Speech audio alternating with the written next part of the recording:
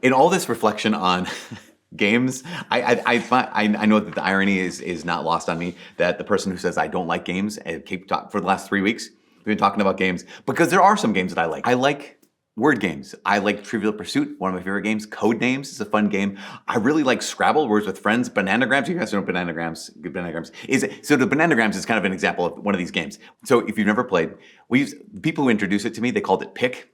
I don't know why, but you get a bunch of tiles, like Scrabble tiles, and then they say go, and you have to start assembling words based off the tiles that you have. And if someone uses all their tiles, they say peel in Bananagrams or pick in the game Pick, and you have to pick a new tile and go. And it's one of those situations where if it's ever the first time you've been playing this game, it goes so fast and it's really, really easy to get frustrated because someone's like peel, peel, peel. They keep making their word and you keep having to get more tiles. And it's one of those, it's frustrating when you're the one playing it. It's really funny kind of to introduce someone to the game and they're like, no, you just, because it's happening so fast. And it's like, but I would have played this word. I would have played that word. And it's one of those situations where you realize that in your frustration, you cannot waste time wishing that things were the way they've been. Right? The same thing is true for Scrabble. If you're like, I can't wait for my turn. I see the perfect word there. And then all of a sudden someone plays another word and the board changes. And you have to just like, okay, I can't waste time thinking, but it was this, I had the perfect word for this. Or if you've ever played the children's game Spot It, like Spot It is fun, but you have to find the figure you're looking for, the image you're looking for on this thing, and someone finds it and the board changes. And it's one of those situations, again, it can be really frustrating, but you can't waste any time wishing that things were different. It's frustrating because the board is constantly changing. But the reality is that's the nature of the game. Like, remember, last week we talked about this. We talked about how sometimes there are people who play the game just to make you lose. They're not even interested in winning, like the evil one. But the nature of some of these games is that the board just keeps changing. And that can be really, really frustrating. But that's just how it goes. We started this series 3 weeks ago, and this is the last of this little summer mini series based off of this Latin phrase, Si vos pacem, parabellum. If you want peace, prepare for war. Because we recognize that as we pursue the Lord, as we try to enter into this life of grace and live this life of grace, there is opposition we experience. And there is an enemy that comes against us. But also we realize that there's an environment that we're in the midst of, and that environment is constantly changing. So we have to, if you want peace, if you want joy, if you want to live the life of a Christian, we have to prepare for that. We have to be ready for the fact that our environment is actively or even passively trying to destroy our faith. Our environment is either actively or passively trying to steal our joy.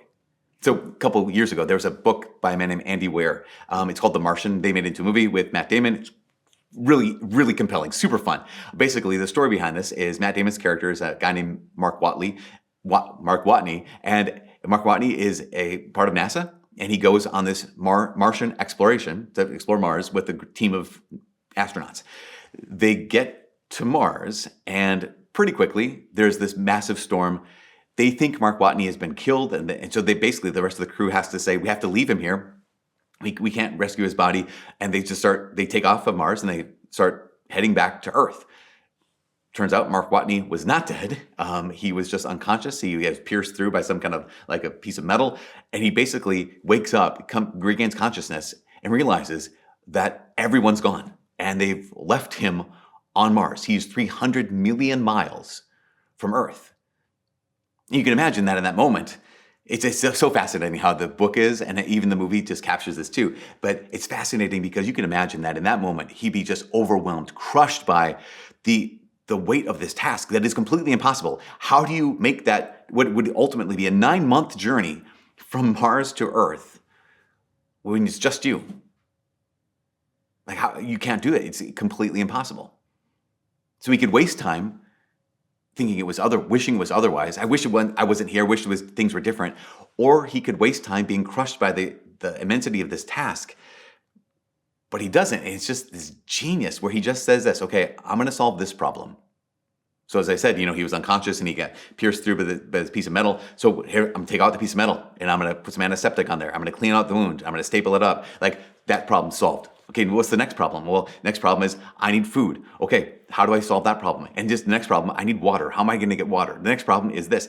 And he was just remarkable, just really, really cool way of just saying, yeah, the board has changed. The environment has changed. I don't know how in the world I'm going to get to my destination. I don't know how I'm going to make that 9-month journey, 300 million mile journey from Mars to Earth. All I know is I need to solve this problem. That's all. Take this step. And this is what it is to walk in faith. To walk in faith is simply just to, okay, I'm going to solve this problem. To walk in faith is I can't waste time wishing things were otherwise. I just have to take this step. And so I think one of the greatest examples, and I've used this example before, but I think she's the witness, she's the model of our faith, and that's Our Lady, right? Mary is. And not just Mary in heaven, but Mary on earth. Mary as a teenager, when Archangel Gabriel appears to her in the beginning of Luke's gospel, what happens? We know the story, that basically Archangel Gabriel appears to Mary and says, here's God's plan. God wants you to be the mother of his son. Mary asks her clarifying question. She asks, how can this be, since I have no relations with a man? Gabriel gives her that answer. The power of Most High will overshadow you. Therefore, the child to be born will be called Holy, the Son of God. And Mary gives her yes, right? Mary gives her yes. She says, let it be done unto me. I'm the handmaid of the Lord. And then the line that comes right after this, the line that we almost end almost every gospel when we recount this story is, as soon as Mary says, behold, I am the handmaid of the Lord. Let it be done to me according to your word. The next line is, then the angel departed from her. And that's it. That all Mary was given was, okay, here's the next step. And you can imagine that she had a lot of questions. Like, you can imagine that she was just like, but then what? She wasn't given a then what. That's what it is to walk in faith. It's this constantly changing environment, this constantly changing board. We have to be prepared for this. That's si vos pacem, Parabellum. We have to be prepared for war, prepared for the fact that I won't know the step after this. All I know is I need to take this step. So I've shared many times that when I encountered the Lord as a teenager, the number one question that dominated my life, I prayed about it every day. I asked God, I begged God every single day, God, what do you want me to do? God, what do you want me to do? And for literally for 10 years, every day, every time I prayed, it was, God, just tell me, what do you want me to do? It wasn't until much later that I realized that I wasn't asking God, what do you want me to do now? It was, God, what do you want me to do with my life? I wanted this answer of, God, what's my life going to look like? What do you want me to do for my whole life? And yet, God doesn't, He rarely tells us that answer. What He tells us is, here's what I want you to do now. So I should have changed my prayer. I mean, yes, I want to know my vocation. Yes, I want to know, God, what's the trajectory you want me on? But a better question is not just, God, what do you want me to do with my life? A better question is, God, what do you want me to do now? Because I can't solve the problem of life. Because why? Because the board keeps changing. The environment keeps changing. Life keeps changing. So I just get to say, God, what do you want me to do now? Or maybe I get to say, God, what do you want me to do next? And I realize now, after so many years of praying that prayer and so many years of trying to follow the Lord, I realize that that's the way in which God speaks to most of us. In fact, I remember I was just in Israel about a month and a half, 2 months ago, gosh.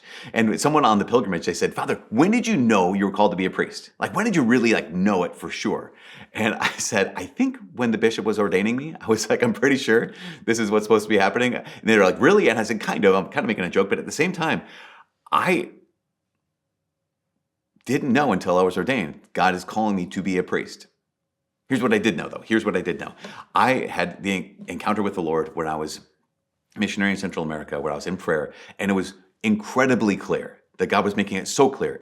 The next step I want you to take, I want you to go to seminary. It was just absolutely clear. And so I did. And that was all. That was it. I went to seminary, and at the end of that year, I was like, well, things went well. I guess I'll go back next year. And then went back the next year, and I'm like, all right, things are going well, so I guess I'll go back next year. And it was one of those situations where it was just, okay, here we go. This is, God, you put me on this course, and you haven't told me to get off. In fact, it was a couple of months before I was ordained a deacon, so you make a couple of big promises when you get ordained a deacon. And I remember kind of having a little panic moment where I thought, oh, shoot, I don't know. God, do you want me to take this next step? Because I've just been saying yes to another year of school. Am I supposed to take this next step? And I was in adoration, and it was one of the top 5 moments of grace in my life at that point. And I was overwhelmed by this conviction. The conviction was this. It was a conviction of trust. And it was, God, first, God, I trust that you want me here. Like that, I remember that moment where it was very clear. You revealed to me, this is the next step. So God, I trust that you want me here. Second, God, I trust that if you want me to leave, you'll let me know. That you brought me here, so I trust that if you want me to leave, you'll let me know. Third, God, I trust that if you want me to leave, you'll let me know, and you'll let me know in a way that I can't miss. Because God knows me, God knows you, He knows what we pay attention to, He knows what we're oblivious to.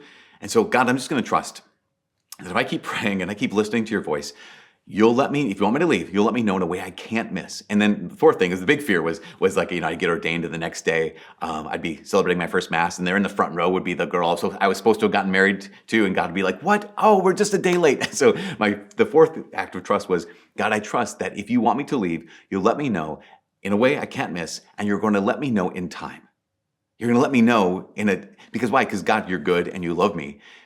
So of course you'll do this. And that was one of those, again, it was just a moment of grace where it was just, okay, God, I trust you. In this constantly changing life, where the board keeps changing, the environment keeps changing, I can trust you. That was this incredible moment of grace. Because that's how life is, right? It keeps changing. We have to prepare for that change. We have to prepare for war. In fact, there's a fighter pilot named Colonel John Boyd. Colonel John Boyd, his nickname was 42nd Boyd, and they called him 42nd Boyd because he was in a number of dogfights, a number of fighter plane fights, and he won all of them in under 40 seconds. He's an incredible pilot, and he didn't just know how he flew. He actually studied dogfights from World War I, World War II, the Korean War, Vietnam War, and he became an expert. In fact, he came up with this decision-making process for fighter pilots or for anybody, and he called it the OODA loop. And OODA simply stands for observe, orient, decide, and act. So that's what you do in every situation. Go into a situation, whether you're a fighter pilot, whether you're a soldier, whether you are a business person, whether you're a Christian, to be able to say, okay, every situation, the OODA loop, observe, orient, decide, and act. So the three of those, the observe, decide, act, those are kind of intuitive, right? Obviously, if we're going to make decisions, I have to observe, okay, what's the data? I have to decide, okay, make a decision based on the data, and then I have to act. Like that's all intuitive. But the secret that Colonel Boyd talks about is that second O, the orient. And what orient ultimately means is two things, at least, as far as I understand it. First, it means, what are the mental models that I'm working with? Meaning, what did I think would be the case? Or what would I hope would be the case? What did I wish would be the case? So I'm observing this is how the data is, but then my orientation is, okay, I have to get to the place where I accept and understand what's going on. Because again, we can waste so much time. Like I was gonna play that cube, or I was gonna play that thing. And instead he just says, listen, we have to set aside our mental models, the things we would have wished would be the case, and realize this is actually, I'm gonna orient myself to my environment. I'm gonna accept it, and I'm going to understand it. That's what it is to orient. I'm not going to waste time being frustrated that things aren't like I wish they were. I'm going to observe how things are and then place myself in there. And I place myself in that situation. I orient myself and I have an understanding. In the first reading today, you have God who appears to Solomon and he says, ask me of anything. And Solomon says, I ask. I'm young. I'm ruling this country. I don't know how to rule. I need understanding. And of course, God says that, we heard it, that since you didn't ask for a long life or the life of your enemies, but ask for wisdom, there will be no one who ever has lived or will live who will have as much understanding as you. And we ask the question, what is understanding? In fact, understanding is one of the 7 gifts of the Holy Spirit. Wisdom, understanding, counsel, knowledge, piety, fortitude, fear of the Lord. The second gift of the Holy Spirit is understanding. Solomon asked for this gift of understanding, which is, again, observe, orient, decide, act. In orienting, I have to understand what's going on. So what's understanding? Understanding is, I'll say this, it's knowing the value of the revealed truth, knowing the value of this moment, knowing the value of what's happening right now. Basically, knowing what's important, what's not important. What do I need to pay attention to? What do I not need to pay attention to? You probably have understanding when it comes to, if you've been driving your car for more than a couple of years, you have understanding, which means that you know what to pay attention to. As you're driving down the road, okay, that's important, but I don't need to be distracted by this. Remember when you first were driving a car and everything was of the same value? It's just like, okay, I'm distracted by everything because I don't know what to pay attention to. I don't know what's worth avoiding. Understanding is when, okay, this is important, that's less important. Understanding is knowing the value of a thing. And so, of course, there's some times where we're looking at something and we have no idea what the value is. Something's in our life and we have no idea. So I love the TV show Antique Roadshow. I don't know. Actually, I don't like. I like the clips of Antique Roadshow because the clips usually show one of two options. In Antique Roadshow, either it's the person who says, this has got to be worth something really, really expensive. It's got to be worth a lot of money. And then the assessor says, this is probably a nice family heirloom, but you're not going to get any money for it. I don't know why I like that. Maybe it's some Schadenfreude. I don't know. But the other is where someone says, I don't know if this is garbage or not, but it was lying around the house, and they say, are you kidding me? This is a treasure. So a couple examples. Actually, I found two examples online. One was this sculpture. It's called the Barbara Hepworth sculpture. It was at a high school in Cornwall, England. And it was on the head teacher's desk as a paperweight. The librarian of the school had said, hey, there's the British version of Antique Roadshow or whatever it is in the area. That looks old. Let me just bring this sculpture in and see if it's worth anything. And so she brought it in and they assessed it, appraised it. At the time, it was worth $981,000. I think the world's most expensive paperweight. It's just sitting on a high school teacher's desk. And then the other one I just thought was so fascinating was this man in Corpus Christi, Texas, right down south, right by the border. And he had this oil painting of this Mexican man working the field. And he said, I really like this painting. There's an image of it I saw and I thought, oh yeah, that's some beauty to it. It's a nice oil Mexican style painting. I liked it. Is it worth anything? Turns out it is a painting from the famous Mexican painter Diego Rivera, and it's worth over $1 million. And it's just like one of those situations where just hanging up my house, and I kind of liked it, did not realize what I was looking at. The Spirit's gift of understanding is knowing the value, knowing the worth of a thing. And so here's what Jesus says in the gospel today. If you have understanding, he says the kingdom of heaven is like a treasure buried in a field. And what's it worth? That's a question we can now actually ask ourselves. What is the life in Christ worth to you? What's the life in Christ worth to me? What is living as a Christian, living as a Catholic? What is a life in the church? What's that worth to me? St. Paul says in his letter to the Philippians, chapter 3, he says, for his sake, for Christ's sake, I have accepted all as loss. I've accepted the loss of all things, and I consider them so much refuse that I may gain Christ.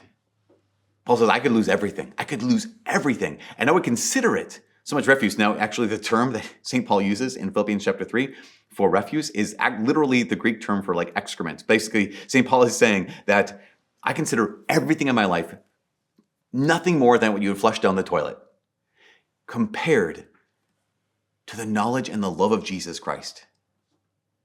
It is a treasure in a field. We have to ask ourselves, okay, do I have that Spirit's gift of understanding that I can look and say, that's worth everything? Jesus goes on to describe, he says, the man in the parable, right? He says that the man finds this treasure in a field. What does he do? Normally, if you find a treasure in a field, I imagine you just take it. Like, okay, I found a treasure in a field. Oh, just steal it. But he says, no. What he does is he goes and he buries it. And then he sells all that he has. Joyfully, in fact, Jesus says, he joyfully sells all that he has and then goes and buys that field. And he reveals a couple things to us. One is, Jesus reveals that you can't steal the kingdom. You cannot steal the kingdom of heaven. You can't steal the life of grace. That Jesus did not win grace for us for free. It cost him everything. It cost him his life, his death, his resurrection. The life of grace, it's a free gift, but it cost Christ his life. We also realize that it costs us everything. I can't steal heaven. I can't steal grace. I can't steal the life of Christ. I have to be willing to sell everything for the sake of him. And to realize that it can't be a partial measure. I remember hearing a pastor recently, and he was talking about this. He said his wife, he had been married for 30, 40 years. He says, I love my wife, but what if before we got married, she said, I want to marry you. I want to give my whole life to you. But my high school boyfriend named Matt, how about I can have like one weekend a year with Matt? This one weekend. And actually I was also dating Mark. And so maybe like 1 or 2 weeks with Mark per year. But here's the thing, the rest of my time, the rest of my life, the rest of every year, I'm yours. And I love you so much. I want to give you all the rest of that. This pastor is like, I love my wife, but I don't think that's a good deal. Because if I love her, I want all of her. If she loves me, she wants all of me. And if she loves me, she wants to give all of herself to me. And if I love her, I want to give all of myself to her. And he said, Jesus is the bridegroom and we're the bride. Or do we say, Lord, you get most of me. You get 95%. But occasionally I want to be able to dabble in the things you hate. Like, is that how we approach God? Is saying, God, I know that you're worth everything to me. I love you more than anything. But occasionally I really like being entertained by the things that crucified you. Occasionally I kind of want to just have fun with the nails. Can I just play with the nails every so often? The kingdom of heaven is worth us selling everything. And we can't steal it. And the board keeps changing, right? The environment keeps changing. Life keeps changing. And then in the life of Christ you might have chosen 5 years ago might not be the life that you're living right now. And say, what? This is not what I thought. And again, in those moments, I can be frustrated or I can be prepared. I can be frustrated and say, I wish it were otherwise. Or I can be prepared and say, I get it. This is how it goes. This is the nature of the game. That's why John Boyd, remember Colonel Boyd, 42nd Boyd? He called it the OODA loop. Observe, orient, decide, and act loop. And he says you just keep going through that loop, until the last problem is solved. And so as the board keeps changing, as the environment keeps changing, as life keeps changing, I can resent it or I can be prepared for it. I can see this as a burden or I can see it as an opportunity. And this is the very, very last thing. I can see the fact that the board keeps changing as a burden, or I can see the fact that the board keeps changing as an opportunity. I can say, oh shoot, every single day, I have to make the decision again for Jesus. Or we could say, the board has changed. And every single day, I get to make the decision for Jesus. We realize that this is the nature of the game. That if you said yes to Christ at some point in your life, I have to say yes to him at this point. Because the nature of the game is that the board keeps changing. The nature of the game is that the environment keeps changing. The nature of the game is that life keeps changing. And because of that, I get to say yes to Jesus today in a way I've never been able to say yes to him in the past. But I have to be prepared for it. If you want peace, prepare for war. If you want Christ, if you want joy, if you want life, prepare for war. Si vos pacem, Parabellum.